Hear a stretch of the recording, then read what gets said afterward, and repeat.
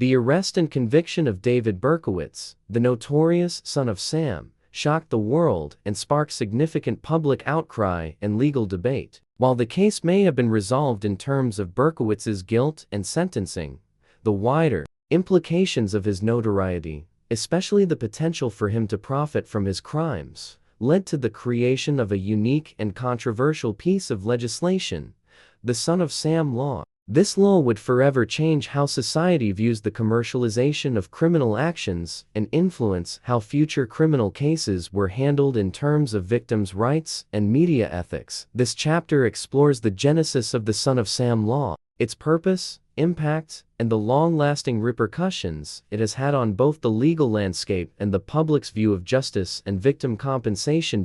In the wake of David Berkowitz's arrest, the media frenzy surrounding his crimes continued to spiral. Berkowitz's letters and court appearances had kept the public riveted, and many journalists speculated about how much money he could make by publishing a book, giving interviews, or engaging in other forms of media exploitation. The idea of the killer profiting from his notoriety was disturbing to many, particularly to the families of his victims, who felt that any form of financial gain from his actions would further disrespect their grief and trauma.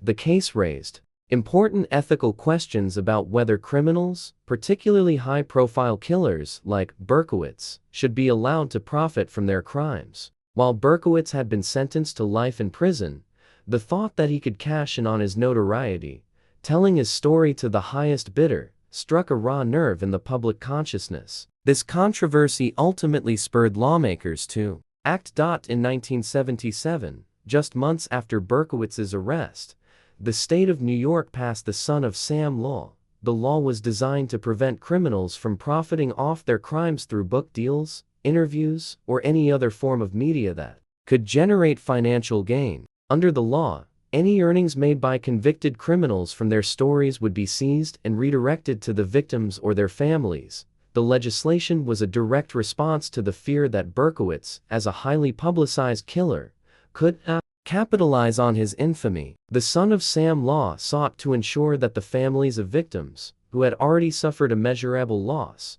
would not have to witness the killer financially benefiting from their pain. It was also a societal statement against the commercialization of violence, which had begun to escalate with the media's sensationalist treatment of criminal cases. Although the law was initially introduced in New York, its influence spread to other states. The Son of Sam Law would become a model for similar laws in other jurisdictions, each aiming to prevent criminals from profiting off their criminal notoriety. The law's passage marked a turning point in how society viewed the intersection of crime, media, and financial compensation. While the Son of Sam Law was celebrated by many as a victory for the victims of crime, it quickly ran into significant legal challenges. Critics of the law argued that it violated the First Amendment right to freedom of speech and expression. The law essentially took away a criminal's ability to profit from their own life story, which many viewed as a fundamental right under the Constitution. In 1991,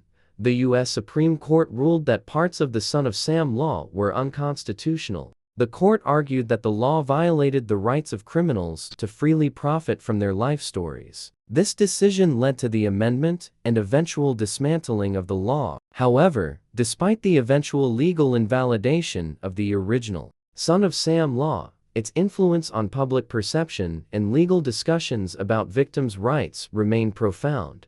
The law had sparked important conversations about the commercialization of crime. It had also sparked debates over how far society should go in limiting the rights of criminals, particularly when the media's voracious appetite for sensational stories collides with the desire to protect victims and their families from further harm. The Son of Sam Law, while controversial, brought attention to the ongoing issues surrounding victims' rights in the criminal justice system. Prior to the law's enactment, victims and their families often found themselves relegated to the sidelines of criminal cases. The focus was often placed on the criminals, their backgrounds, and their stories, while the pain and suffering of victims went largely unnoticed. The Son of Sam Law was a watershed moment in the fight for victims' rights. By ensuring that criminals could not profit from their notoriety, the law made a clear statement about the need to prioritize the needs of the victims and their families over the desires of the media and criminals seeking financial gain.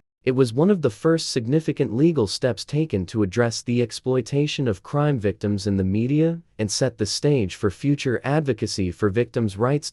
In addition, the law brought to light the growing power of the media. It revealed how the media's sensationalist treatment of crimes could contribute to a system where criminals became celebrities and victims were forgotten. By curbing the ability of criminals to profit from their crimes, the Son of Sam law sought to create a more balanced approach to justice, one that recognized the needs of both the public and the victims' families. David Berkowitz's story is a prime example of the twisted paradox at the heart of the Son of Sam law. While Berkowitz was the catalyst for the law's creation, the way the law played out in his life was an irony in itself. After his conviction, Berkowitz did not profit from his crimes in the way that some had feared. Instead, his story became one of repentance and religious conversion.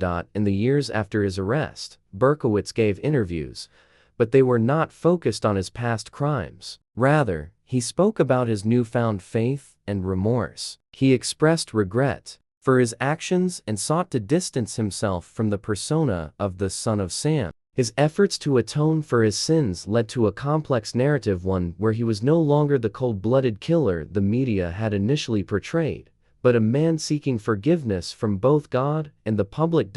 In the context of the Son of Sam law, Berkowitz's attempt at redemption raises further ethical and legal questions. His story was no longer about profiting from his crimes, but about finding spiritual peace. Was his spiritual journey a genuine transformation? Or was it yet another attempt to manipulate public opinion? And in light of the law that had been passed to prevent criminals from profiting from their actions, was his religious conversion viewed as a calculated move or a sincere act of repentance? The Son of Sam law had a significant impact on the way society views crime, punishment, and the media. It raised important questions about how much control the media should have over criminals and their stories, and how much profit they should be allowed to make from their notoriety. While the law itself was eventually struck down by the courts, its influence continued to reverberate through legal and media discussions for years to come. While David Berkowitz's actions as brutal killings and the terror he instilled in New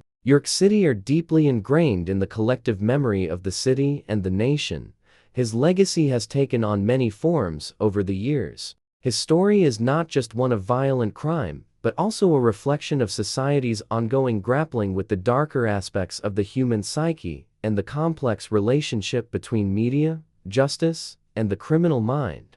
This chapter delves into how Berkowitz's case has left an indelible mark on both popular culture and criminology. It explores the lasting psychological effects of his crimes on society, the victims' families, and the public's perception of serial killers, as well as how Berkowitz's story has been shaped and reshaped by the media over time. The Son of Sam killings were unlike any other crime spree that had come before them. While serial murders were not new, Berkowitz's killings were marked by a chilling randomness, no clear pattern to the victim's background or actions, no apparent connection to any specific motive other than the killer's disturbing pleasure. In addition to the random nature of his murders, Berkowitz's public letters and his disturbing claims of being influenced by a demon named Sam became central to the story of the case, adding to the psychological terror it instilled in the public.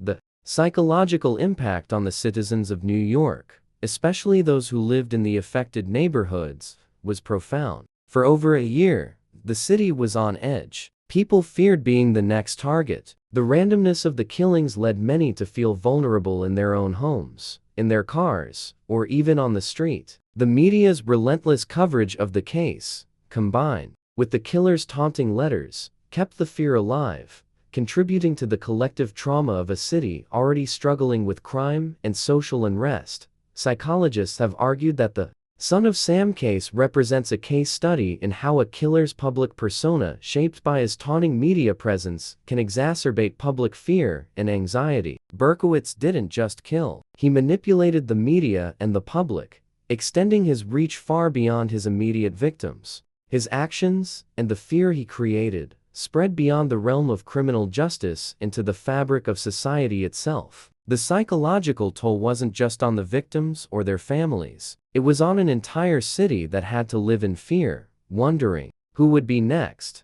The term, Son of Sam, became synonymous with fear, random violence, and the unknown. Over time, the name itself became a cultural symbol, a shorthand for any heinous, seemingly senseless crime. His story has been referenced countless times in books, films, and television shows, shaping how modern audiences view serial killers and their place in the media. The phenomenon of killer fame that Berkowitz's case helped to spark has continued into the present day, with notorious figures like Ted Bundy, John Wayne Gacy, and Jeffrey Dahmer becoming household names. Each of these killers has been the subject of documentaries, films, and media coverage that explores their crimes, their personalities, and the questions surrounding their motives. But Berkowitz's case helped create the framework for how modern true crime storytelling unfolds. It laid the groundwork for how killers are portrayed not just as perpetrators of violence, but as figures of intrigue, psychological puzzles for society to decipher. In the decades following Berkowitz's conviction, the true crime genre exploded into a multi-billion-dollar industry, with documentaries, podcasts, and books dedicated to analyzing the psychological profiles of serial killers. Berkowitz's role in shaping this genre cannot be overstated. His ability to weave a complex narrative around his own crimes, the demon dog, his letters to the press, his shifting confessions made him not just a criminal, but a media spectacle. The public's endless fascination with these kinds of figures continues to grow, as evidenced by the current true crime boom. Berkowitz's case also left a significant imprint on criminology and psychological studies. His claim of being controlled by a demon, combined with his later statements about his mental health, opened up a broader discussion about the nature of criminality and the role of mental illness in violent crime. In the years following his conviction, psychologists and criminologists have studied his case to understand what drives a person to commit such violent, senseless acts. Berkowitz's actions have been studied as an example of how societal and psychological factors can combine to create a killer. His troubled childhood, feelings of alienation, and his struggles with loneliness and rejection are often cited as contributing factors to his eventual descent into violence. While mental illness likely played a significant role in his actions, Berkowitz's ability to plan and execute his killings with precision suggests that his crimes were not merely the result of delusions. His case demonstrates how a combination of psychological issues, environmental influences, and personal choices can result in violence. Psychologists have also debated whether Berkowitz's shifting confessions and his later claims of religious conversion were genuine or simply part of a manipulative attempt to control his narrative. These questions continue to influence criminological theories about the psychology of serial killers and their ability to manipulate both the public and the legal system. For the families of Berkowitz's victims, the legacy of the Son of Sam killings is a painful reminder of their tragic loss. While Berkowitz's conversion to Christianity and his expressions of remorse were widely covered in the media, they did little to ease the grief felt by those who lost loved ones to his senseless violence. For them, there would be no closure, no healing, and no amount of redemption that would bring their loved ones back. In the case of the families of Donna Lauria, Christine Freund, John Deal, Valerie and Michael, and others, the trauma of Berkowitz's actions would haunt them forever. The media coverage surrounding Berkowitz, especially in the years following his conversion, often re-traumatized the victims' families, forcing them to relive the horrors of their loss. While some victims' families chose to speak out, others remained silent, unable to find peace. Even with the passage of time, Berkowitz's life after prison, marked by his statements of remorse and his conversion to Christianity, became a part of the larger narrative of the case, but it could never undo the damage he had caused. The lingering question for many remains whether his attempt at redemption was sincere or just another chapter in his manipulative story. Today, Berkowitz's story remains a fixture in the ever-expanding world of true crime content. The growing popularity of documentaries, podcasts, and books has turned the Son of Sam killings into a case study of psychological horror and societal obsession. The true crime genre has evolved from being a niche interest to a mainstream entertainment form, with Berkowitz's case continuing to fuel the fascination with the psychology of killers. But as we continue to explore the minds of criminals, we must ask ourselves, what are we truly searching for? Are we trying to understand the roots of violence? Or are we simply fascinated by the darkness that lies within us all? The true crime industry continues to thrive on our desire to explore the minds of those who commit the unthinkable, and David Berkowitz's story remains a pivotal part of this cultural landscape.